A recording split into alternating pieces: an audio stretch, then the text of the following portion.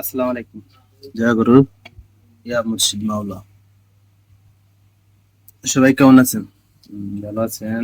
অবশ্যই। কিছু কথা বলবার চাইছিলাম, কিছু কথা বলি যে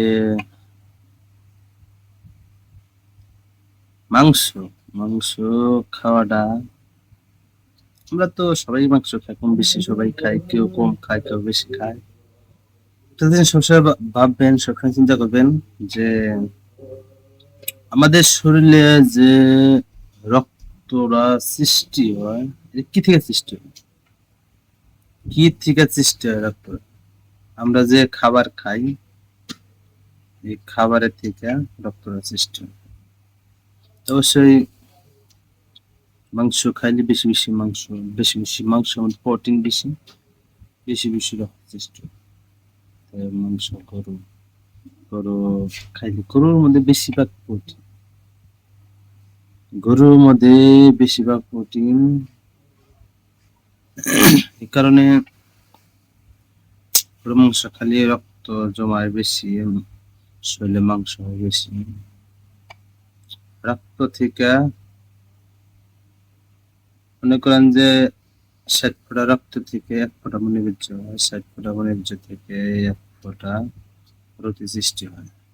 তার মানে আপনি পশু খাইতেছেন, পশুর রক্ত আপনার শরীরে জন্ম নিতেছেন, থেকে আপনি যা জন্ম দিবেন পশুর বাপটাই থেকে যাবে, আপনার মহত্তর কোনো গুণ থাকবে না, কোনো আপনার ভালো কিছু করার, ভালো ওই পশু যার ভিতরে পশুর ভাব আছে, কিছু ভালো কিছু হওয়ার সম্ভাবনা নাই। তাই কোরআনে আল্লাহ কইছে, তুমি তোমার ভিতরের পশুকে কোরবানি করো, বনের পশু বাদ দিয়া মনের পশুকে কোরবানি করো। কিন্তু আমরা তো সেটা তো উল্টা বুঝা গেছি। আমাদের যে বর্তমান যুগের যে মাওলানা যারা যারা আছে, আমাদের তো বুঝাইছে উল্টা। আল্লাহ কোরবানি করবা কইছে, কোরবানি কর, কিন্তু কোরবানি কি কোরবানি দিবা কইছে এটা আমাদের খুলে বলে না, বলবো না। কোরবানি দিতে বলছে তোমাদের মনের মনের পশু, মনের পশু না। প্রত্যেকটা মানুষেরই ভিতরে একটা করে পশু আছে, পশুত্বের ভাবটা আছে, প্রত্যেকটা মানুষেরই ভিতরে একটা পশুত্বের ভাব আছে। এই পশুত্বের ভাবটা, এই পশুটাকে কোরবানি করার কথা আল্লাহ নির্দেশ দিয়েছে, এই পশুটাকে কোরবানি করার নির্দেশ দিয়েছে।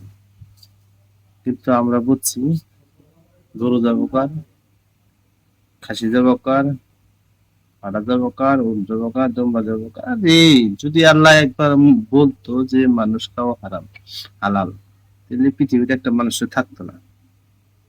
আমরা যে খাওয়াই না, আমরা যে খাওয়াই না, সব খাওয়া শেষ করাই তো করে, কি একটা আজব।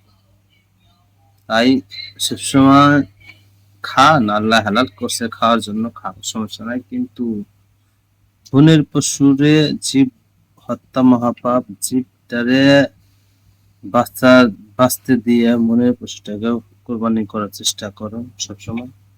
মনের পশুকে কোরবানি করার চেষ্টা সবসময় করবো আমরা, ইনশাআল্লাহ। সবসময় আল্লাহ তাহলে আমাদের ভিতরে যে পশুত্বের ভাবটা আছে, ভাবটাকে কোরবানি করার তৌফিক দান করে।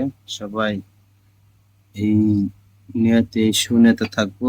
সবাই ভালো থাকবেন, সুস্থ থাকবেন। আসসালামু আলাইকুম। জয় গুরু, জয় ইয়া মাওলা মালিক।